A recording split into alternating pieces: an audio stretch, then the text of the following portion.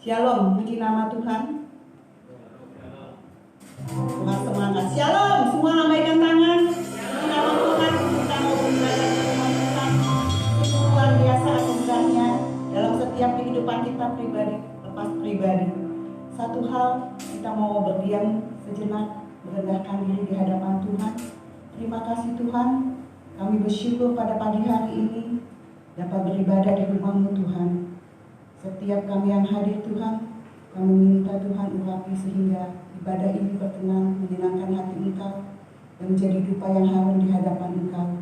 Hadirlah di tengah-tengah kami Tuhan, dan Engkau beracara dari awal, pertengahan hingga akhirnya. Dan kami serahkan ibadah ini hanya di dalam nama Tuhan kami Yesus Kristus, dan kami siap untuk memuji Tuhan. Di dalam nama Tuhan Yesus, semua yang siap memuji Tuhan katakan Tuhan semangat, amin. Hari ini kita bersuka cita karena bisa bertemu muka satu dengan yang lain walaupun belum semuanya hadir di tempat ini. Kita mau bersuka cita karena Tuhan kita luar biasa.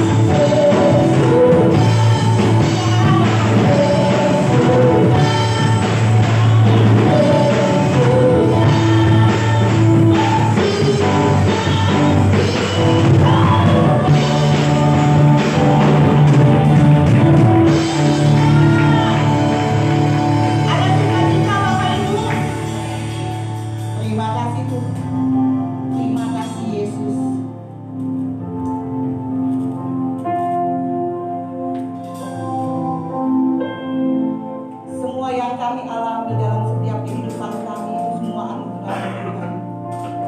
Saatnya kami akan datang ke hadapan-Mu untuk menyembah Engkau, karena Engkau yang layak dipuji dan ditinggikan.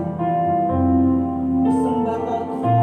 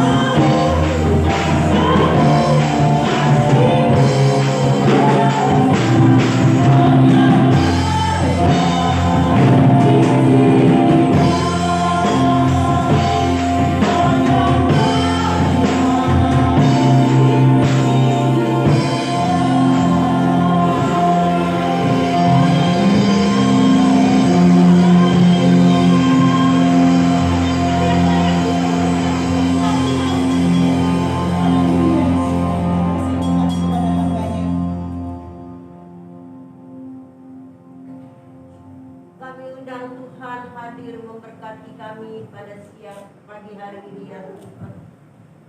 Kuasai ruangan ini ya Tuhan, sehingga ibadah kami menyenangkan hati Tuhan dan kekuatan jiwa ada pada kami. roh-roh yang bergentayangan singkirkan di dalam nama Yesus. Tidak akan mengganggu pikiran kami sepanjang ibadah berjalan. Kuduskan kami Tuhan, karena Engkau kudus. Kuduskan para pelayan-pelayan-Mu yang melayani pagi hari ini Tuhan. Mulai dari singer, liturgis, musik, bahkan seluruh kami yang hadir, urapan Allah turun bagi kami, hamba-Mu yang melayani juga urapan khusus menyertai kami. Terima kasih Tuhan, kami percaya ibadah kami akan menyenangkan hati Tuhan. Dan kami kembali dengan satu kekuatan yang baru karena Allah hadir dan melawat kami pagi hari ini. Di dalam nama Tuhan Yesus kami membuka ibadah kami pagi hari ini. Amin.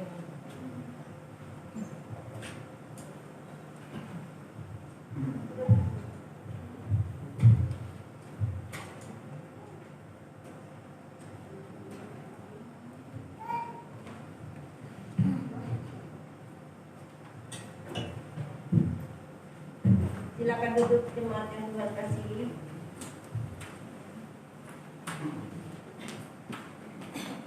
Shalom. Walaupun ibadah kita masih memakai jarak, ya, kita bisa saling sapa, nggak harus dengan salam, ya. Dengan tundukkan kepala, angkat tangan aja udah boleh, ya, atau taruh tangan di dada, ya. Coba lihat kanan kirimu, kasih shalom, salam, shalom gitu. Ya, oke.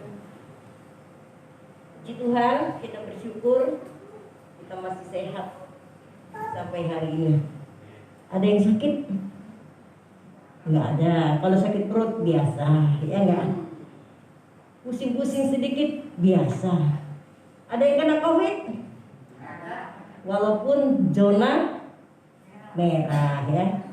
Ini Jakarta Barat masih zona merah. Kita daerah Pegadungan, ya, masih zona merah. Daerah TSS Jembatan 5 apalagi nih. Merahnya pekat. Lebih merah dari bangku.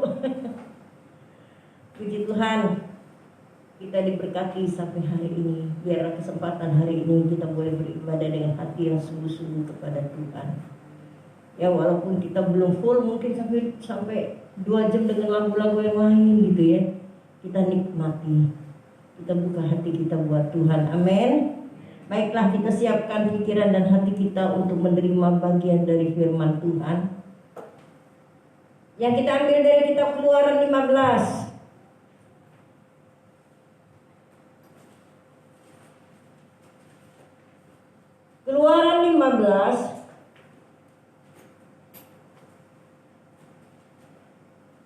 ayat 22 sampai dengan ayatnya yang ke-27. Bisa ditaruh di depan, Bro Heri. Gede, ya.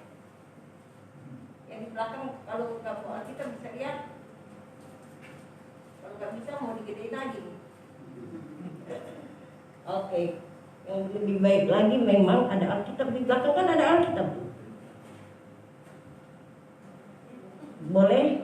Jadi kita ini banyak bisa baca dari depan, bisa baca di Alkitab, ya. Ada yang mau minta Alkitab boleh? Di belakang tuh boleh diambil dulu, dioper aja, nggak usah bangun, angkat tangan aja. Ada yang perlu nggak? Oh, Bu Linda, nggak apa-apa, minta aja, ntar dioper aja, dioper.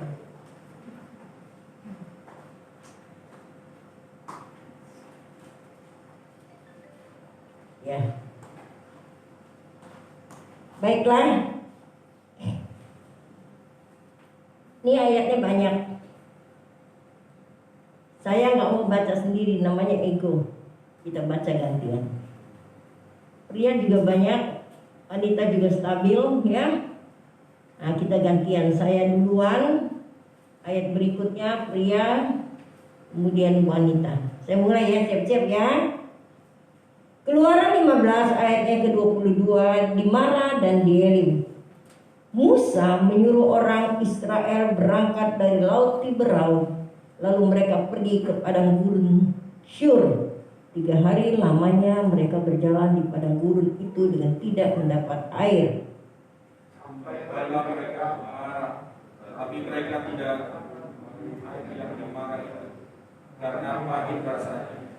Itulah sebabnya dinamai orang tempat itu marah. Lalu bersungut-sungutlah bangsa Israel pada Musa. Kata mereka, apakah yang akan diminum? Ayatnya yang ke-25, Musa berseru-seru kepada Tuhan, dan Tuhan menunjukkan kepadanya sepotong kayu. Musa melemparkan kayu itu ke dalam air, lalu air itu menjadi manis. Di sanalah diberikan Tuhan ketetapan-ketetapan dan peraturan-peraturan kepada mereka, dan di sanalah Tuhan mencoba mereka. Firman-Nya, jika kamu sungguh-sungguh mendengarkan suara Tuhan Allahmu dan melakukan apa yang diperintahnya, dan memasang telingamu kepada perintah-perintahnya, dan tetap mengikuti segala ketetapannya, maka aku tidak akan menimpakan kepada penyakit apapun yang telah ditimpakan kepada orang Mesir, sebab aku Tuhan yang melindungi engkau. Sesudah itu sasaran dari lagi, di sana 12 Ismail dan 70 pohon kurma. Lalu berkemah mereka di sana di air itu. Ya, kalau kita baca bagus sekali, itu nggak nyantel di otak nih, nggak nyantel. Kita ulangi sekali lagi, tapi kita balik. Kalau tadi pria dulu, ya, sekarang wanita dulu. Saya tetap yang pertama. Saya nggak mau nomor 2. Saya tetap yang pertama. Musa menyuruh orang Israel berangkat dari Laut Tiberau. Lalu mereka pergi ke padang gurun Syur. 3 hari lamanya mereka berjalan di padang gurun itu dengan tidak mendapat air. Sampai mereka marah, tetapi mereka tidak dapat minum air yang benar itu, karena pahit rasanya. Itulah sebabnya dinamai orang tempat itu marah. Lalu berseru-serulah bangsa itu kepada Musa. Kata mereka, apakah yang akan diminum? Musa berseru-seru kepada Tuhan. Ibu dong. Nggak apa-apa, itu namanya kepingin banyak baca ya. Baiklah, saya yang memulai ayatnya yang ke-25. Musa berseru-seru kepada Tuhan, dan Tuhan menunjukkan kepadanya sepotong kayu. Musa melemparkan kayu itu ke dalam air, lalu air itu menjadi manis. Di sanalah diberikan Tuhan ketetapan-ketetapan dan peraturan-peraturan kepada mereka, dan di sanalah Tuhan mencoba mereka. Firman-Nya, jika kamu sungguh mendengarkan suara Tuhan Allahmu dan melakukan apa yang benar di matanya, dan memasang lidahmu kepada perintah-perintahnya, dan tetap mengikuti segala ketetapannya, maka aku tidak akan menimpakan kepadamu penyakit manapun yang telah aku timpakan kepada orang Mesir, sebab aku Tuhan yang menyembuhkan Farao. Sesudah itu sampailah mereka di Elim. Di sana ada 12 mata air dan 70 pohon kurma. Lalu berkemah mereka di sana di air.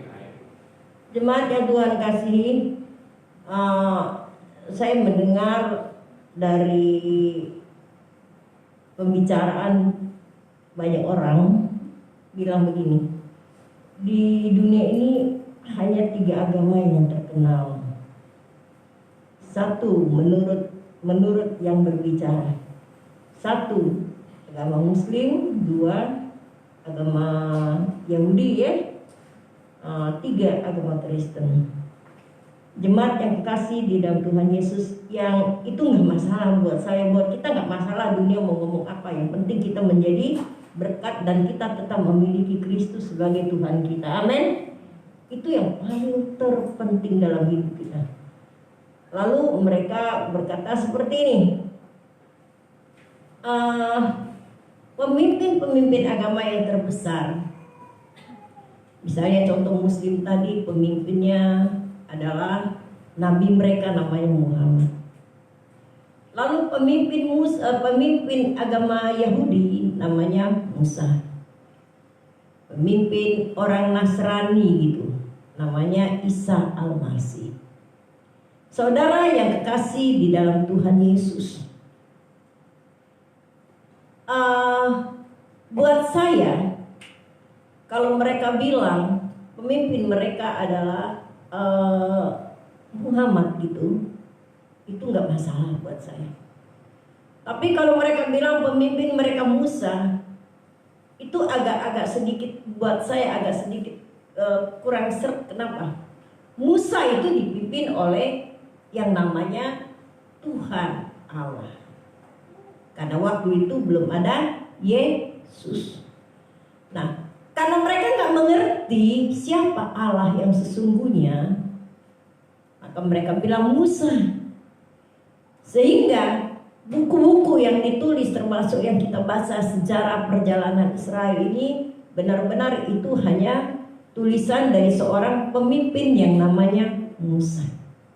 Nah, saudara yang kekasih di dalam Tuhan Yesus, kita tahu bahwa Musa adalah pemimpin orang Israel waktu keluar dari Mesir.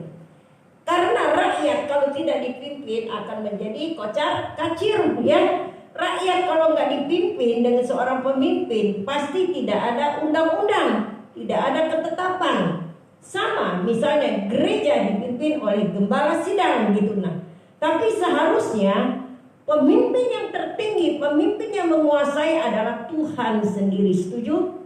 Ya, Tuhan sendiri pemimpin yang luar biasa yang dinamakan Maha.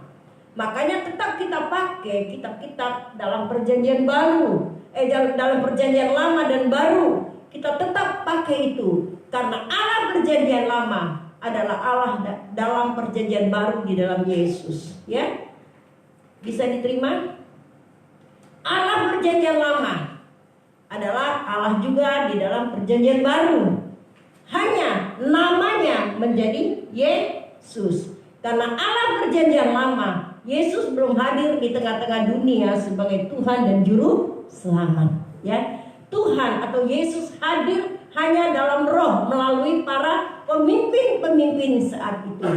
Nah, saudara yang kasih di dalam Tuhan, kita semua tahu cerita kalau kita baca di satu tempat yang namanya Marah. Di sana terdapat airnya sangat pahit sehingga enggak ada yang bisa minum air itu. Dulu dalam pandangan saya, Marah itu sebuah danau. Pandangan saya, airnya banyak banget gitu ya, pandangan saya. Airnya pahit, tapi ternyata ketika saya lihat itu bukan danau, itu sebuah sumur ya, Cindy ya, sebuah sumur besar gitu, sumur lebar gitu.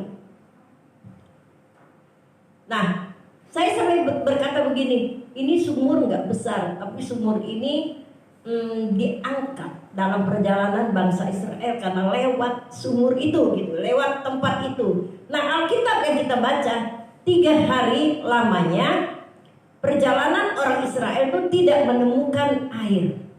Wah, bingung ya. Kita aja kalau sehari minum dikurangin rasanya kurang, mendingan kurang makan gitu ya daripada kurang minum. 3 hari mereka tidak menemukan air. Jemaat Tuhan yang Tuhan kasih, kalau kita baca tadi satu-satu ayatnya, dibilang bahwa Allah tuh nggak akan menyakiti umat yang dikasihinya. Allah itu pasti mencukupi, karena Allah yang bertanggung jawab. Saudara yang kasih di dalam Tuhan, ketika orang Israel ini di tanah Mesir, mereka itu benar-benar diperbudak sampai ada yang mengalami mati karena dipecut itu dipukul gitu ya. Dipukul pakai apa? Pakai pecutan kayak tali yang ada alatnya gitu. Nah, ada yang dipecut sampai mati. Mereka dipaksa kerja keras. Kalau sekarang dilihat di daerah Mesir itu ada kota yang namanya Ramses. Itu kota dibangun oleh orang Israel, bukan orang Mesir yang bangun, padahal negara Mesir. Karena orang Mesir itu curang. Ya, Raja Firaun itu curang. Yang memerintahkan membangun negaranya, membangun sebuah kota, tapi tidak memakai uang. Mengerikan sekali. Pak Jokowi pernah berkata, bahkan sekarang sedang dilaksanakan. Mudah-mudahan terlaksana apa yang menjadi program beliau untuk bangsa, sehingga bangsa mengalami perjalanan yang lebih baik. Beliau katakan mau memindahkan Jakarta ke Kalimantan Timur. Nah, Kalimantan. Saudara yang kekasih di dalam Tuhan, nggak mungkin bisa langsung mereka ke kota Kalimantan gitu ya. Pasti harus bangun dulu, membutuhkan biaya yang sangat besar. Sama, Ramses ini dibangun butuh biaya yang amat besar. Tapi karena mereka curang, mereka menyuruh orang Israel yang bangun dengan tenaga paksa. Jadi gak usah dibayar gitu loh ya. Dikasih makan asal-asalan. Orang Israel banyak yang sakit dan mati. Saudara yang kasih di dalam Tuhan. Lalu mereka itu mulai berseru. Mereka mulai teriak berdoa. Mereka minta Tuhan lepaskan mereka dari masa yang sangat sulit yang mereka alami saat itu. Saudara yang kekasih di dalam Tuhan, bertahun-tahun bahkan beratus tahun lamanya mereka berteriak, Tuhan dengarkan teriakan yang sungguh-sungguh pada saat mereka berseru. Selama Alkitab ini ada di tengah-tengah dunia ini, kita akan melihat orang yang berteriak, yang berseru minta tolong Tuhan. Gak mungkin Tuhan biarkan. Amin. Gak mungkin Tuhan biarkan. Karena Tuhan itu sayang dengan orang yang menyerah dengan Tuhan, dengan orang yang gak berhitung-hitungan dengan Tuhan, dengan orang yang mempersembahkan hidupnya kepada Tuhan. Jadi sekalipun saudara bukan pembicara di mimbar, tapi kalau saudara berserah sepenuh kepada Tuhan, saya yakin saudara adalah orang yang disayang oleh Tuhan. Amin. Saudara disayang oleh Tuhan. Kalau Tuhan sayang kita, saya percaya pertolongan dan kesembuhan ada pada orang-orang percaya. Itu janji Tuhan kepada kita semua. Nah, kita lihat waktu orang Israel berseru kepada Tuhan, Tuhan dengar doa mereka. Bilang kanan kiri walaupun gak dekat. Doa yang sungguh-sungguh Tuhan dengar. Ya, nah, doa yang sungguh-sungguh Tuhan dengar. Nah, tapi memang kadang-kadang ada doa yang cepat Tuhan jawab sekejap. Ya, sekejap itu seketika. Memang Tuhan lihat urgent banget ini anaknya. Tuhan jawab. Tapi ada kalanya membutuhkan proses. Nah, orang Israel ini membutuhkan proses selama ratusan tahun lamanya di Mesir. Dari generasi ke generasi. Mereka berdoa, Tuhan menjawabnya membutuhkan proses. Tapi Tuhan tetap menjawabnya. Sehingga Tuhan dengar. Maka Tuhan bawa mereka keluar dari bangsa itu. Saudara yang kekasih di dalam Tuhan, mari kita perhatikan. Waktu Tuhan turunkan tula di tengah-tengah bangsa Israel. Di tengah-tengah bangsa Mesir, orang Israel itu gak pernah satu pun yang kena. Iya kan? Gak ada satu pun yang kena. Sampai Tuhan bawa mereka keluar. Jemaat yang kekasih di dalam Tuhan, itu tandanya siapa yang dengar-dengeran, siapa yang taat, siapa yang mengutamakan Tuhan, berjalan dalam ketetapan Tuhan, dia tidak akan masuk dalam celaka. Amin. Dia gak akan masuk dalam celaka, tapi dia akan melihat kemuliaan Allah yang luar biasa. Saudara yang kekasih di dalam Tuhan, seringkali kita berpikir, kalau kita ini memiliki Tuhan dalam hidup kita, kenapa ya masih ada kematian gitu ya? Berapa hari yang lalu ada seorang bapak yang meninggal. Sebenarnya jujur secara manusia gitu, waktu dibilang, "Bu, papa ini meninggal," saya tuh mau melangkahkan kaki tuh agak berat, karena kita tahu saat ini sedang dalam keadaan yang memang kita sedang dihadapkan dengan usia 50 lebih, jangan kemana-mana gitu ya nggak? Wah, waktu saya bilang saya mau ke sana, keluarga saya bilang, "Aduh, emang nggak ada orang lain lagi yang bisa ada upacara?" Saya cuma bilang begini, "Itu kan jemaat. Kalau saya nggak pergi, di mana tanggung jawab saya sebagai seorang pemimpin gitu?" Akhirnya saya berusaha juga keluar gitu untuk melayani. Nah, saudara yang kekasih di dalam Tuhan, memang dia termasuk dalam bilangan jemaat TSS. Tapi bapak ini memang nggak pernah ibadah di TSS. Kok saya bisa bilang jemaat? Saya punya cerita dengan dia. Satu kali bapak ini datang ke saya, berkata begini, "Bu," dia umur 58 ya kalau nggak salah. Kemarin meninggal tahun umur 58. Dia bilang gini ke saya, "Bu, saya minta baptis dong." Kalau anak-anak ini semua memang anggota gereja kita. Minta baptis.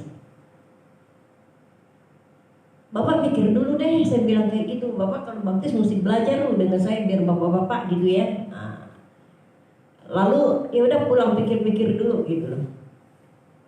Lalu dia datang lagi, "Bu, baptis aja lah, Bu." "Kenapa Bapak mau dibaptis?" "Supaya nama saya ada ditulis di surga." Nah, ini kata bapak ini, tapi benar juga. "Tapi Bapak sanggup gak beribadah?" "Ya puji Tuhan, nanti kalau saya sehat saya ibadah." Nah, berarti dia orang sakit ya. Dia orang sakit. Waktu saya bilang gini, di kantor saya kan bawah, "Ikut ibadah Pak." Dia lihat gitu. Saya tahu apa yang dia lihat. Dia lihat ibadahnya di atas. Berarti dia susah naik ya kan? Nah, dia bilang, "Bener Bu, pokoknya saya mau dibaptis, karena saya nggak mau nanti ketika saya pergi berhadapan dengan Tuhan, saya tuh nggak dimateraikan oleh Tuhan, nama saya nggak tertulis." Wah, saya pikir bagus juga, saya kasih pelajaran singkat kepada dia. Nah, inilah baptisan yang terakhir. Sudah itu kita nggak baptis orang lagi. Habis baptis mereka yang terakhir, saya nggak baptis orang lagi karena langsung corona. Jemaat Tuhan yang Tuhan kasihi. Akhirnya selesai baptis, memang bapak ini nggak pernah sehat lagi, nggak pernah sehat. Minggu lalu saya kubur dia itu baru hari Selasa kemarin ini. Hari Sabtu dia meninggal. Kemudian Selasa dikubur. Saya berpikir begini, puji Tuhan ya, untung gitu loh. Untung kenapa? Waktu itu saya baptis. Kalau enggak, kan saya nyesel juga dong. Ada orang mati tanpa baptisan ya enggak? Dia masih minta dibaptis, dia masih bisa turun di air. Jadi saya bersyukurnya kenapa? Sejak habis baptisan, dia menjadi orang yang kuat, walaupun dia harus dipanggil Tuhan pulang gitu ya. Dia menjadi orang yang kuat. Nah, istrinya memang sayang dengan dia, bilang gini, "Bu, sejak habis baptis dia gak pernah sehat loh. Sampai dia meninggal, bolak-balik cuci darah masuk rumah sakit gitu." Ibu istrinya bilang gini, "Seharusnya enggak gitu ya Bu. Habis dibaptis seharusnya sembuh." Jemaat Tuhan yang Tuhan Yesus kasih, saya mau bilang seperti yang saya katakan kepada dia. Kadang-kadang kita tuh salah persepsi bahwa kalau kita percaya Tuhan, kalau kita terima Tuhan jadi juru selamat, kita nggak mati lagi. Itu salah. Di Alkitab aja nggak ada orang yang hidup nggak mati. Amin. Ya, memang kita hidup tuh untuk mati. Kenapa kalau kita nggak mati, kita nggak bisa masuk ke yang namanya sorga yang kekal. Sorga yang kekal itu nggak ada tubuh, karena di sana nggak ada lagi capcay, puyung hai, goreng-gorengan. Nggak ada tahu, ayam bakar, ikan bakar, nggak ada lagi. Kalau sorga masih ada bakar-bakaran, nanti lantainya kotor. Nah, nangkep ya. Sorga itu kekal, nggak ada lagi kematian. Saya bilang ke ibu ini, saya bilang gini, Mama, saya bilang gitu, Ibu, justru engkau harus berterima kasih. Karena di dunia ini, kamu lihat aja, waktu engkau temanin, jaga suamimu, hatimu kayak apa? Dia bilang, iya Bu, saya sedih banget tuh Bu. Lihat dia ngap-ngap, lihat dia cuci darah, lihat sakit. Itu belum ibu rasakan, baru dia rasakan setengah mati rasanya orang sakit itu. Tuhan sayang dia, karena dia kepunyaan Tuhan. Tuhan kasih sembuh selama-lamanya. Nah, saudara yang kekasih di dalam Tuhan, jadi yang penting adalah yang kekal, bukan yang sementara. Yang kekal itu selama-lamanya, tapi yang sementara ini kita dibatasi dengan waktu dan usia. Sebab itu kita lakukan yang memang harus kita lakukan buat Tuhan. Amin. Ya, kita lakukan. Jadi kalau Tuhan kasih kita hidup, supaya kita nikmati Tuhan, juga supaya kita nikmati dalam pelayanan yang Tuhan percayakan kepada kita semuanya. Maka saya suka bilang ke mereka yang masih punya waktu, jangan sayang waktumu buat Tuhan. Amin. Jangan hitungan dengan Tuhan. Kalau kita hitungan, Tuhan hitungin berkat kita, mau nggak? Ngeri kan? Jangan hitungan. Kita lihat apa yang kita perlu lakukan, ayo kita lakukan. Tapi sekarang ini memang bukan hitungan, kita harus punya hikmat juga. Saya bilang kepada orang yang sakit gitu, kalau sakit, kalau bisa, ya saya tahu cinta Tuhan, di rumah aja dulu ibadahnya, ya kan? Anak-anak juga, anak sekolah minggu nggak usah dulu, di rumah aja ibadahnya. Nah, karena memang situasi. Nah, jemaat yang dikasih di dalam Tuhan, kita kembali lagi ke pokok bacaan yang menjadi dasar firman Allah malam pagi hari ini, bahwa ketika orang Israel itu keluar, memang mereka tidak langsung sampai ke Kanaan, tapi mereka melalui proses hidup di tengah-tengah dunia ini. Mereka berjalan, lalu mereka dikejar dengan musuh. Firman Tuhan berkata, apa yang terjadi? Orang jahat yang mengejar mereka semua ditenggelamkan di Laut Merah atau Laut Tiberau saat itu, tapi orang Israel gak ada satupun yang mati. Jemaat Tuhan yang saya kasihi, saya berpikir dalam versi saya, wah, itu Firaun mati dengan seluruh bala tentaranya. Makanya waktu saya ke Mesir, Mesir sekarang kan tidak lagi dipegang oleh keturunan Firaun. Mesir sekarang itu kan republik, tidak dipegang lagi oleh generasi Firaun. Karena pikir saya saat itu generasi Firaun itu sudah habis loh.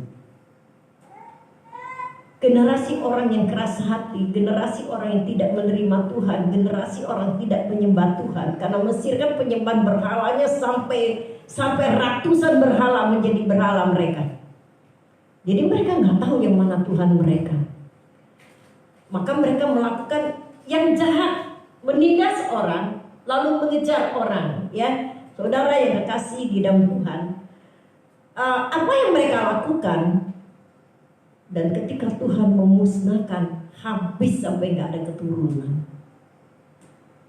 habis sama sekali. Coba lihat, waktu kematian anak sulung yang terakhir, itu putra mahkota yang akan menggantikan menjadi Firaun di kemudian. Mati bukan? Ya kan? Itulah yang terakhir. Itu kan kematian anak sulung. Itu salah satu putra mahkota dari Mesir. Wah, papanya marah. Papanya ini juga Raja Firaun yang masih muda, tapi anak tunggal. Nah, dalam kerajaan biasanya anak dari selir-selir itu ada, tapi nggak punya hak untuk duduk di kerajaan. Ada yang bertanya juga dengan saya, Bu, apa keturunan Firaun itu musnah? Iya, kalau menurut saya keturunannya semua habis. Karena tidak tergenapi firman Tuhan berkata, anak cucunya menjadi perkasa di bumi, enggak habis. Karena mereka jahat, mengejar orang yang Tuhan pimpin. Nah, hati-hati. Saudara nggak usah takut bahwa musuh akan mengejar saudara. Nih, saya bilang ke Samuel, dia kalau ada apa-apa ngadu. Dia ngadu, dia bilang gini, "Mak, aku digini-giniin orang." Saya bilang dengan dia, awas kalau kau lawan dia. Jangan lawan. Musuhku jadi banyak. Biarin, kamu nggak salah kan? Enggak, menurut dia nggak salah. Mudah-mudahan dia nggak salah gitu ya. Ini orangnya nggak ada. Kalau ada juga nggak apa-apa, saya akan ngomong gitu. Kamu nggak salah kan? Enggak. Ya udah, kalau kamu nggak salah, kamu jangan bikin kesalahan sama orang. Kamu jangan matiin usaha orang. Ya, kamu jangan ngelawan jadi berantem karena kamu gede-gede besar begini. Orang kan pasti kalah. Jangan. Kamu bawa dalam doa. Waduh, berat banget. Lewati aja. Tuhan pasti bantu kalau kamu benar. Saya aja doa. Jemaat yang kekasih di dalam Tuhan, beberapa waktu kemudian dia senyum-senyum. Hebat mah Tuhan kita. Gitu dong yang saya maunya. Hebat mah. Itu musuh-musuh dikalahkan oleh dia. Ya. Saya bilang, orang yang ngejar orang percaya, mereka akan alami kebenturan, bentur gitu. Mereka akan jatuh, tapi kamu tidak akan pernah jatuh asal jangan kamu berbuat dosa. Maka saya bilang gini, kadang-kadang saya uji dia. Gereja gantiin aja deh ini pulsa buat kuota. Kuotanya besar ya gini ya. Ganti dah, saya bayar dulu beli kuota. Satu kali dia kehabisan kuota, saya beli kuota. Dia kirim lagi, dia transfer balik ke saya. Kenapa kamu kembalikan duit pulsa? Itu kan buat online gereja, itu kuotanya mesti besar. Enggak, Tuhan sudah menolong membuat saya menjadi orang yang menang. Saya nggak akan hitung-hitungan dengan Tuhan. Ini contoh yang kecil. Jemaat yang kekasih di dalam Tuhan Yesus, tampillah dia sebagai orang yang pemenang. Dahsyat ya. Orang yang disertai Tuhan gak mungkin Tuhan mau sakiti. Amin. Saya tahu saudara semua yang ada di sini orang yang cinta Tuhan, gak mungkin Tuhan sakiti saudara. Yuk kita senangkan hati Tuhan dengan mempersembahkan hidup kita kepada Tuhan. Tuhan nomor satu. Karena Tuhan yang punya hidup kita ini. Kembali lagi kita lihat dalam perjalanan ketika mereka sudah melewati Laut Tiberau atau Laut Merah. Saya tadinya pikir Laut Merah itu kecil kayak laut selat Sunda yang kita seberangin antara Merak ke Bakahuni gitu ya. Saya pikir sebesar itu. Ternyata ketika saya sampai di Mesir, di gerbang Mesir, saya lihat, waduh itu laut besar sekali. Memang lautnya berwarna merah ya, nggak tahu karena merah sinar matahari atau di bawahnya ada gunung-gunung warna merah atau tanaman yang berwarna merah. Jadi laut itu memang warnanya merah tapi bukan darah. Saya lihat, wow, itu pelabuhan Laut Merah itu kapalnya nggak ada yang kecil. Saya mikir, Tuhan bisa membuat Laut Merah itu terbelah. Itu perkara bukan kecil. Itu perkara yang dahsyat. Kalau itu aja Tuhan lakukan, saya berpikir lagi, ya perkaraku kecil banget di hadapan Tuhan. Bener gak? Kalau kita ada masalah, kita tuh kecil banget, perkara kita tuh kecil. Perkara besar aja Tuhan bisa lakukan. Sampailah akhirnya mereka menyeberang dan semua musuh dibinasakan. Saudara yang kekasih di dalam Tuhan Yesus, dalam hidupmu kalau ada orang yang gak suka, itu wajar. Itu namanya hidup, ya kan? Kalau kita udah gak ada, gak mungkin orang gak suka lagi sama kita. Justru dalam hidup orang gak suka dengan kita mati baru disanjung. Biasa. Saudara dijahilin biasa. Satu kali waktu saya masih tinggal full di gereja, satu kali saya lihat malam-malam pembantu saya tuh keluar ketemu Hansip. Saya lihat aja, saya intai aja, dia nggak tahu kalau saya intai. Lalu pembantu itu ngomong, nggak lama dia bawa bungkusan kecil. Saya pikir ini pembantu ngapain gitu ya. Dia masuk, sebelum dia masuk saya naik. Dia masuk, lalu besoknya saya tanya, kamu dagang ya? Dagang apaan Bu? Kamu bawa apa itu semalam? Kok ibu tahu? Dia nggak tahu kalau saya itu udah lihat. Kamu ngapain ketemu Hansip itu? Nah, dia tadinya nggak berani ngomong. Iya Bu. Ya kenapa? Saya tanya. Ini ada sesuatu yang nggak beres nih kamu. Saya bilang kayak gitu sama dia. Dia diem aja. Ayo kamu cerita, saya nggak marah. Ada apa? Siapa tahu saya bisa nolong kamu. Lalu dia bilang, iya Bu, itu bapaknya Hansip itu udah mati, yang paling tua di sini dulu tuh. Apa yang pasti tahu yang paling tua siapa? Tole apa itu? Yang paling tua. Nah, dia bilang gini, iya Bu, saya minta bapak itu kirim barang. Oh, barang apaan ya? Barang Bu, buat bikin suami saya tuh, kalau dia nggak mau tanggung jawab dengan anak saya, biar dia mati. Wah, ini barang apaan? Itu kan dia minta dari mana? Saya bilang, kok dia bisa ngasih kamu yang begitu? Lalu pembantu saya jawab, iya Bu, dia minta dari dukun yang menurut bapak itu katanya dukunnya bagus. Terus saya bilang kayak gini dengan dia, kamu jangan jadi orang jahat. Kamu nggak boleh bawa barang itu di sini. Karena barang itu akan makan kamu. Nah, sekarang barang itu kamu buang. Atau besok kamu jangan kerja lagi. Saya nggak mau di rumah nih ada orang bawa barang-barang dari hantu. Nah, buat saya itu barang dari hantu, ya kan? Jangan, kembalikan. Lalu dia malam-malam dia kembalikan tuh dengan bapak itu, dia turun dia kembalikan lagi. Selanjutnya saya tidak tahu. Saudara yang kekasih di dalam Tuhan, saya bilang itu jahat. Kalau kamu lakukan, kamu akan mengalami kejahatan yang lebih parah lagi dari yang orang lakukan ke kamu. Saudara yang kekasih di dalam Tuhan, perjalanan hidup itu kadang-kadang kita merasa tidak selamanya enggak pahit. Ketika orang Israel berjalan 3 hari, mereka tidak menemukan air. Saya ini berpikir dalam versi saya, masa Tuhan gak bisa membuat padang gurun itu keluar mata air yang menyegarkan mereka? Nggak mungkin. Memang padang gurunnya benar-benar padang gurun yang tandus. Ketika dari Mesir mau menuju ke tanah Israel, kami itu naik bus. Saya itu lihat semua karena saya mau tahu sama nggak yang ada di Alkitab itu. Semua orang tidur dalam bus, tapi saya enggak. Karena buat saya perjalanan itu saya belajar.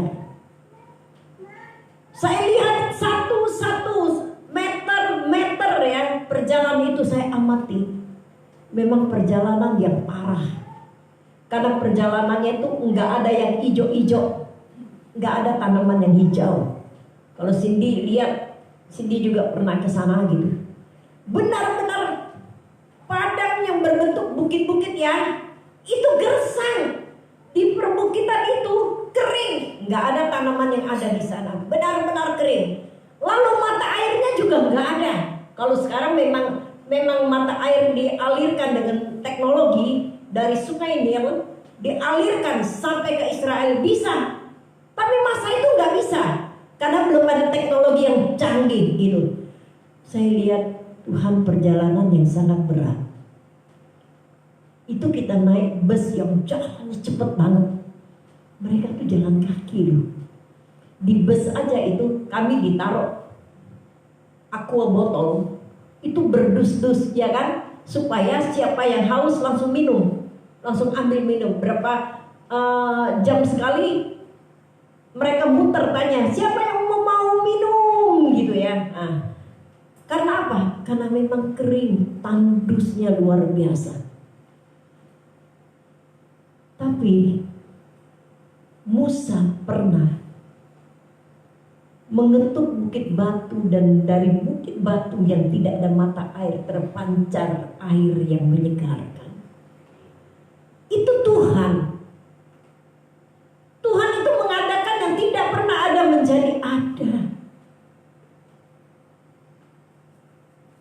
Saya melihat Tuhan itu luar biasa. Tiap langkah saya lihat Tuhan itu luar biasa. Saya lihat Tuhan menjawab doa-doa saya itu dahsyat banget. Maka kadang-kadang orang gelisah tentang diri saya. Ayo Bu, misalnya sekarang nih, urus itu kaki. Bukan saya nggak mau urus, tapi saya tetap percaya bahwa Tuhan itu luar biasa. Lewat apapun saya percaya, kecuali lewat dukung. Saudara yang kekasih di dalam Tuhan Yesus, sepanjang 3 hari mereka lewat padang gurun, ayat pertama 22 yang kita baca tadi itu. Mereka tidak menemukan air. Kenapa? Karena hati mereka belum beres dengan Tuhan. Hati bangsa ini belum beres di hadapan Tuhan. Mereka tidak akan menemukan air sebelum hati mereka beres dengan Tuhan. Ayat selanjutnya kita lihat, mereka bersungut-sungut dengan Tuhan. Mereka bersungut-sungut dengan pemimpin mereka. Mereka gak pernah akan melihat Tuhan. Bilang kanan kiri, gak usah deket-deket. Jangan suka ngoceh. Jangan suka bersungut-sungut. Kalau ada yang suka bersungut-sungut, kok gini ya, udah diatur gini jadi gini ya. Bertobat. Setuju? Bertobat. Jangan suka ngeluh dengan Tuhan. Gak perlu.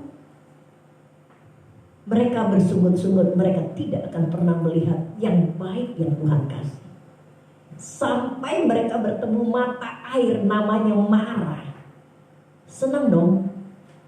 Tapi air itu gak bisa dimakan, diminum. Air itu rusak. Air itu seperti racun. Pahitnya minta ampun. Dan air pahit saja masih mending. Saya suka minum air pahit, pepaya daun airnya saya minum. Tapi air di Marah itu nggak bersih lagi. Waktu saya nengok ke dalam sumur besar yang ada di Marah, saya mau tahu, kalau perlu saya mau coba gitu ya. Nggak ada timba di sana, nggak ada timba. Hanya air dalam sumur, gimana caranya? Saya lihat airnya dalam juga gitu ya. Wah, gimana caranya? Saya hanya lihat air itu kurang bersih. Bagaimana orang bisa minum air yang gak bersih gitu loh. Waktu mereka lihat, waduh udah haus, airnya gak bersih. Saudara yang kekasih di dalam Tuhan, mereka marah lagi. Sudah bersungut-sungut, marah lagi. Saudara, jangan suka marah dengan Tuhan. Amin. Kita nih gak punya alasan marah dengan Tuhan. Tuhan, kok saya jadi seperti ini? Ya memang hidup kita bukan di dunia ini kok. Itu cuma masa yang harus kita lewati. Kok saya disakiti Tuhan? Minta kekuatan dari Tuhan. Sembuhkan hatimu untuk melihat kemuliaan Tuhan. Saya lihat, waduh, ini air gak bersih. Pantesan Musa berteriak lagi, berseru dengan Tuhan. Bagaimana kami bisa minum air air seperti ini. Tapi Tuhan tuh baik ya. Alkitab bilang dia tidak akan mencobai kita lebih dari kekuatan kita. Akhirnya Tuhan bikin apa? Air mara itu dengan sepotong kayu menjadi manis dan racunnya hilang, menjadi tempat bisa diminum. Saudara yang kekasih di dalam Tuhan, mau lihat Tuhan? Firman Tuhan berkata, jangan suka ngedumel. Jangan dengan hati yang pahit. Bukan hanya dengan Tuhan, tapi dengan siapapun. Ada orang rajin ibadah, rajin melayani, rajin ke gereja, tapi hatinya benci saudaranya. Itu pahit, itu air mara. Hatinya tidak menjadi sumur yang mengalirkan air yang bersih, menjadi berkat. Ada orang dendam turun-temurun dengan keluarga. Ada yang benci dengan teman. Saudara yang kekasih di dalam Tuhan, Tuhan mau hati kita dikuduskan oleh Tuhan. Amin. Ya, kita akan lihat Tuhan. Tergantung dengan hidupmu seperti apa dengan Tuhan. Saya yakin kalau tidak ada lagi kebencian, kemarahan, kita tidak masuk di daerah marah, lalu kita nggak bisa minum. Nggak seperti itu. Justru di tengah-tengah marah kita akan melihat kemurahan Tuhan yang besar. Mazmur 103 ayat 3, tolong bacakan. Mazmur 103 ayat 3. Siapa aja silakan baca.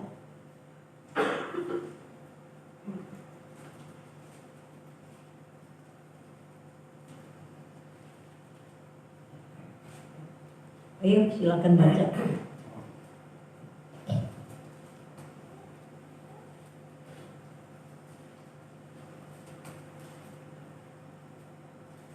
Mazmur 103:3, Dia mengampuni segala kesalahanmu, yang menyembuhkan segala penyakitmu. Ya, kita mau sehat selalu. Amin. Hati kita harus bersih. Amin. Ya, hati mesti bersih. Yang namanya hati bersih, jujur dengan Tuhan. Ini dengan Tuhan dulu jujur. Kalau sudah jujur dengan Tuhan, pasti jujur dengan istri atau suami dan keluarga. Amin. Kalau saudara bilang saya jujur dengan keluarga saya, tapi belum jujur dengan Tuhan, ini marah ini. Pahit. Jadi karena pahit, kita nggak lihat yang benar dari Tuhan. Sekali lagi, sekalipun dunia menggelisahkan, penyakit mengerikan, jangan saudara berpikir sudah new normal, kita nggak pakai protokol lagi ya. Jalan seenak kita. Di tempat kerja nggak pakai lagi masker ini, nggak usah pakai sanitizer gitu, nggak usah cuci tangan lagi. Kan udah dicabut PSBB-nya. Kita belum aman, virus tuh nggak bisa dicabut. Amin. Ya jaga aja, jaga jarak, jaga pikiran, jaga hati kita biar kita nggak rusak. Dengan jaga, kita bisa saling menjaga kesehatan keluarga, kesehatan semuanya. Dan dengan menjaga kita punya hikmat dari Tuhan. Dan saya percaya Dia yang menyembuhkan penyakitmu. Amin. Dia yang menolong engkau. Dia yang memberkati di tengah-tengah kesulitan. Siapa yang gak sulit alami hal yang seperti ini? Banyak usaha bangkrut, banyak toko tutup.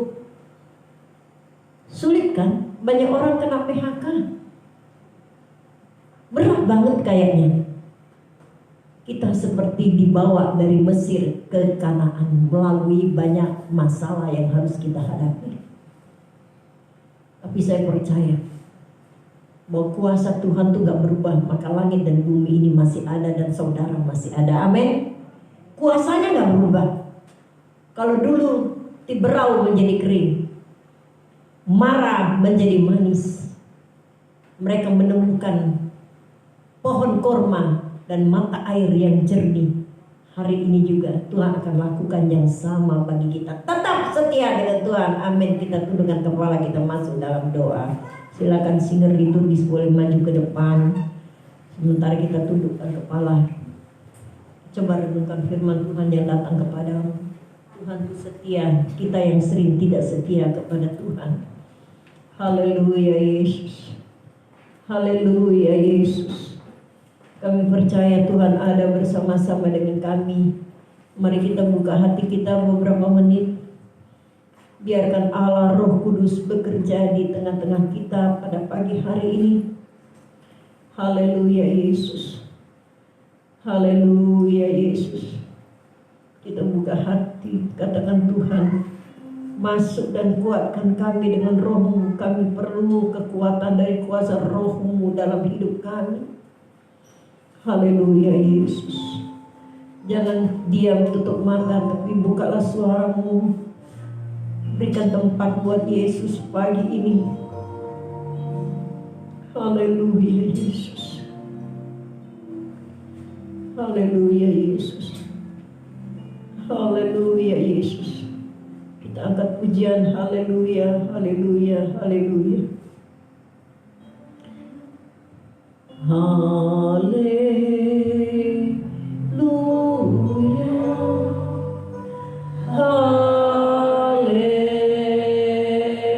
Haleluya. Buka hati, kita menyembah Tuhan. Haleluya.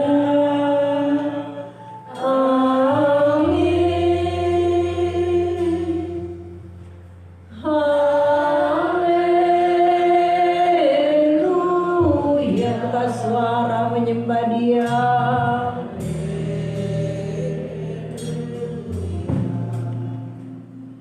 Haleluya.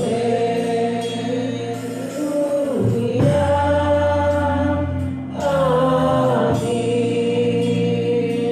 Buka suara. Haleluya. Haleluya.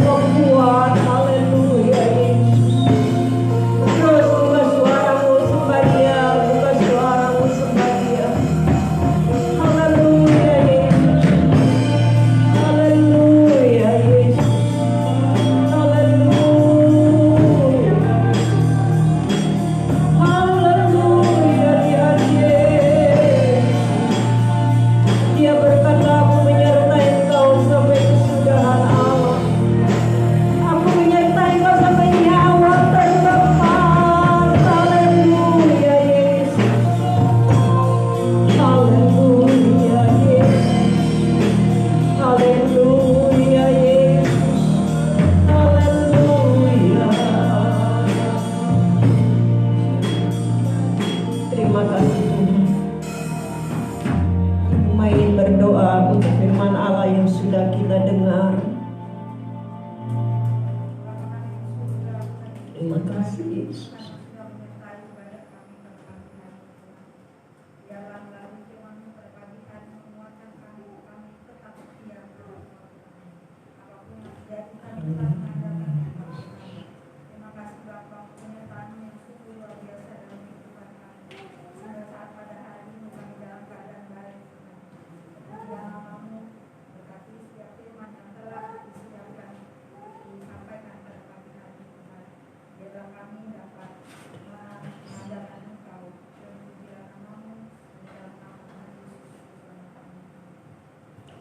Amin.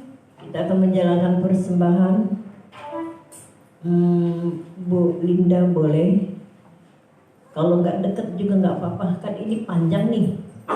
Ya, jadi disodorkan aja. Terus muter, tinggal nanti Bu Linda ambil lagi dari depan gitu.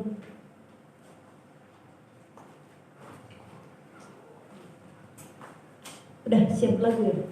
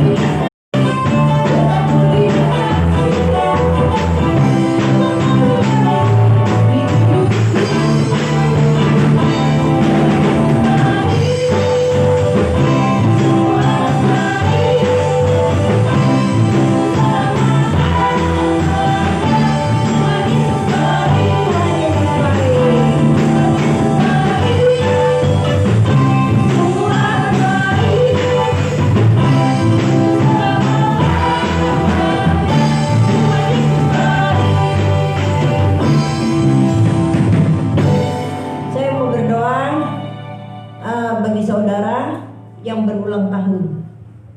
Ada? Siapa? Pak Gideon ya?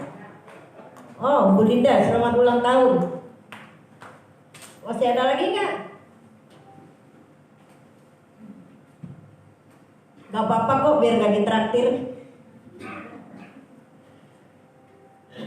Gak ada lagi? Oke, kita berdoa. Saudara berdoa dari tempat itu. Kita doakan namanya Bu Linda ya.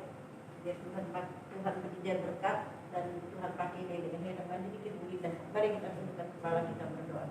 Turunkan atasmu berkat Tuhan dalam hidup Bu Linda, sehingga dia dapat menikmati hari-hari yang Tuhan berikan kepadanya. Kesehatan, kekuatan, berkat Tuhan turun atas hidupmu. Terimalah berkat ini menyertai engkau di sepanjang jalan dalam nama Yesus. Amin. Tuhan berkati persembahan kolektif yang diberikan buat pelayanan pekerjaan Tuhan. Pakai persembahan ini menjadi berkat dan berkati tangan-tangan yang berkorban di dalam nama Yesus. Amin. Untuk minggu depan kita ibadah minggu pertama, tapi masih melihat situasi. Mungkin kita masih tetap 1 kali dulu untuk 1-2 minggu ini ya, sampai kita melihat perkembangan bagaimana. Karena daerah kita tadi saya bilang masih zona merah gitu ya. Jadi saudara yang bertemu lain, kalau mereka nggak bisa ikut kebaktian, mau ambil perjamuan boleh, tapi agak sulitnya gini. Kalau waktu lalu kami itu rekamannya itu hari Jumat. Nah, hari Jumat itu rekaman, benar, dalam rekaman itu kita ibadah. Jadi bisa mengikuti pas jam ibadah untuk perjamuan. Tapi karena ini rekamannya sekalian waktu ibadah, berarti kalau saudara yang nggak hadir atau teman-teman yang nggak hadir hari ini mau ikut perjamuannya, ya setelah dapat ini, dapat online ibadah ini di rumah gitu. Bisa 3 jam ya. Habis ibadah bisa 3 jam baru bisa disiarkan.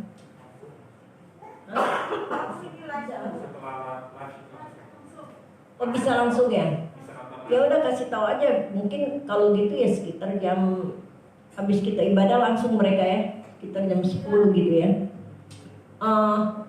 Saudara, Bapak Ibu yang kekasih, ada gereja yang boleh bawa perjamuan pulang lalu minum seenaknya, jangan. Itu sakral. Itu sakral. Jadi saya nggak mau, karena Alkitab berkata begini loh, kalau kita minum dengan tidak layak, kita nggak dapat berkat, tapi dapat apa? Kutuk, ya kan? Jangan. Ini sakral. Jadi kalau bisa ngikuti, kalau kita mau sehat ikuti protokol, kita ikuti protokol yang boleh lewat ibadah, yang waktu kita diangkat untuk minum, di dalamnya ada hamba Tuhan bilang angkat roti dan anggur, itu silahkan. Tapi jangan main angkat sendiri. Maka saya nggak mau perjamuan dibawa pulang ditaruh di kulkas. Sakit perut ambil perjamuan makan.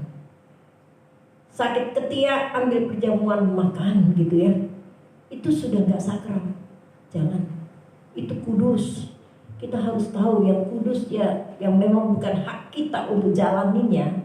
Di bawah peraturan yang kita harus taat supaya engkau diberkati. Maka bilang dengan teman nanti kalau sudah bisa online, ikuti protokol online untuk minum perjamuan Tuhan ya. Jadi habis ibadah kita tetap tunggu sampai jam 10 gitu untuk siapa yang mau menerima perjamuan. Kenapa habis ibadah? Karena itu roti dan anggur udah diberkati dengan berkat yang memang melalui struktur, melalui imam, melalui hamba Tuhan ya, udah diberkati baru boleh diambil. Jadi jangan ambil perjamuan. Saya bisa beli perjamuan banyak kok di toko, mau 1000 biji bisa. Jadi ini banyak, boleh beli. Tapi sakral apa enggak gitu ya. Nah, jadi yang sakral yang udah diberkati boleh ambil. Nanti tolong Rina diumumkan lagi yang mau menerima perjamuan, ikuti protokol ibadah online ya. Selesai ibadah diumumkan lagi, sampaikan ke mereka. Ditunggu sampai jam 10. Oke, untuk sementara nggak ada pengumuman lain. Kita bangkit berdiri. Kita akan mengakhiri ibadah kita. Tapi satu hal, kita mau berdoa dulu buat negara kita. Ini negeri harus didoakan. Akan sembuh dengan doa orang benar. Amin. Karena itu kita tundukkan kepala. Kita berdoa sungguh-sungguh buat negara kita. Siapa yang terbeban berdoa buat negara kita? Ibu Yuli berdoa buat negeri ini biar segala virus Tuhan singkirkan ya. Bapak di surga Tuhan, kembali pada pagi hari ini Bapak, mendatang kehadiran Engkau Tuhan. Tuhan, kami pada pagi ini Tuhan kami memohon ya Bapak, pertolongan Engkau ya Bapak untuk negara kami Tuhan, untuk bangsa kami Tuhan. Kamu lihat ya Bapak, belakangan Tuhan virus-virus yang menimpa negara kami Tuhan, COVID-19 ini Tuhan. Oh Tuhan, kamu ikut campur tangan ya Bapak, supaya ini boleh cepat berlalu ya Bapak, dan kami boleh hidup normal kembali ya Bapak. Tuhan, kami tahu ya Bapak, semua ini adalah rencana Engkau ya Bapak. Untuk mengingatkan kami untuk selalu setia dan percaya pada Engkau ya Bapak, bahwa hanya Engkau satu-satunya dapat menolong kami, hanya Engkau satu-satunya Tuhan pelindung kami ya Bapak. Terima kasih Tuhan, kami juga menyerahkan Tuhan Bapak Presiden kami ke tangan Kau ya Bapak. Kiranya Kau juga memberikan hikmat Kau budimu ya Bapak untuk para pemerintah yang memimpin negara ini ya Bapak. Tuhan, pakai mereka semua Bapak, semua mereka juga boleh melaksanakan ini semua Tuhan, untuk mengatur negara ini dengan baik ya Bapak, sehingga virus-virus ini yang Tuhan yang sedang kami alami Tuhan boleh cepat berlalu dari negara kami ya Bapak. Terima kasih Tuhan, sekali lagi kami serahkan negara kami Tuhan ke tangan Kau. Kiranya Tuhan sendiri yang pimpin, dalam nama Yesus kami berdoa kepada Bapak. Haleluya Yesus, amin. Ada jemaat adiknya Jen Dedeo, namanya Oni Dedeo, yang sekarang sakitnya serius tapi bukan COVID ya. Minta Pak Robi berdoa buat Oni.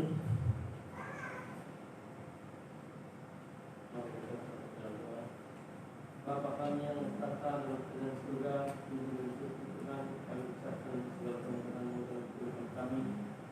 Di kami Tuhan yang ada sebagaimana kami ada pada saat ini semua karena pengorbanan Tuhan. Kami bersyukur bahwa kami masih boleh sehat. Tapi kami teringat Tuhan akan saudara seiman kami Tuhan, teman selain kami ya Bapak yang pada saat ini berlari Bapak Tuhan, karena sakit Tuhan, taruh-taruh Tuhan. Kami berdoa Tuhan, kami Dalam nama Yesus Tuhan jamah. Ibu boleh menyembuhkan saudara kami, sehingga dia cepat kembali bersama-sama dengan kami, untuk tetap Bapak beribadah Tuhan, untuk tetap Tuhan kami pelayanan boleh bekerja dalam tolong Bapak saudara kami Tuhan, melalui obat yang dia makan Tuhan, melalui dokter Tuhan yang boleh menolong dia Tuhan, melalui teknologi maupun Tuhan kesehatan. Kita tetap tolong ya Bapak. Dari segi biaya juga kami memohon tolong Tuhan memberkati, sehingga segala keperluan yang dia butuhkan maupun Tuhan keluarga ya Bapak yang merawat maupun yang Tuhan menunggu Engkau berikan kekuatan supaya tetap sabar Tuhan. Kami berdoa Bapak Engkau berkati supaya saudara kami ini boleh tersembuh. Kami serahkan ke dalam tangan Bapak di dalam nama Anak Yesus Kristus. Amin. Terima kasih Tuhan, kami sudah mengakhiri ibadah kami hari ini dan kami percaya bahwa firman-Mu tidak akan pernah sia-sia, tapi akan bertumbuh termaterai dalam hidup kami, menjadi harga bagi kami sekalian. Kami kuat di dalam Tuhan, kami terhibur dan kami mengalami berkat-berkat ilahi dari Tuhan sendiri. Seberapa banyak jemaat yang hadir hari ini, Tuhan berkati mereka dengan anugerah dan kemurahan Tuhan, memberkati segala pekerjaan, usaha dan kesehatan dari seluruh jemaat-Mu dalam nama Yesus. Kami berdoa juga untuk mereka yang bermain hari ini Tuhan, mulai dari singer liturgis, musik, seluruh musik Tuhan, berkati dalam nama Tuhan Yesus. Kekuatan dan penghiburan dari Tuhan menyertai mereka sekalian untuk menghadapi masa-masa yang penuh dengan kesulitan, tapi mereka tetap tegar di hadapan Tuhan. Terima kasih Tuhan, sebentar kami akan pulang, tapi kami percaya Tuhan sudah menyiapkan berkat bagi kami sekalian. Karena itu jemaat yang kekasih di dalam Tuhan Yesus, Pulanglah dengan Allah memberkati jalan hidupmu, Allah memberkati usaha dan pekerjaanmu, Allah memberkati keluargamu, Allah memberkati usahamu, Allah memberkati kesehatanmu. Terimalah berkat ini dan terimalah juga damai sejahtera dalam persekutuan dengan Roh-Nya yang kudus. Menyertai saudara sekalian hari ini sampai dengan Maranatha di dalam nama Yesus.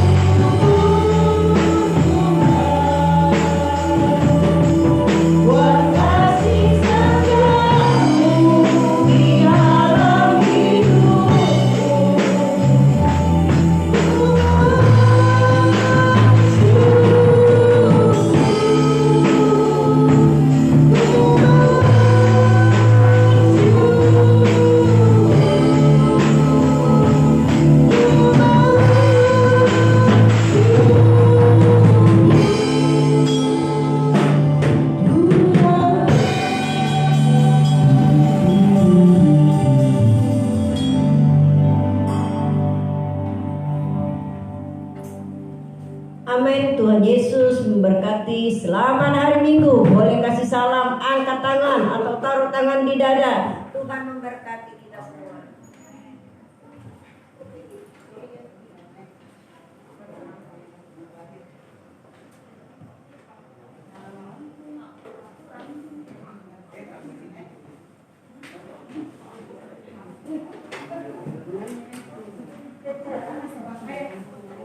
Ya.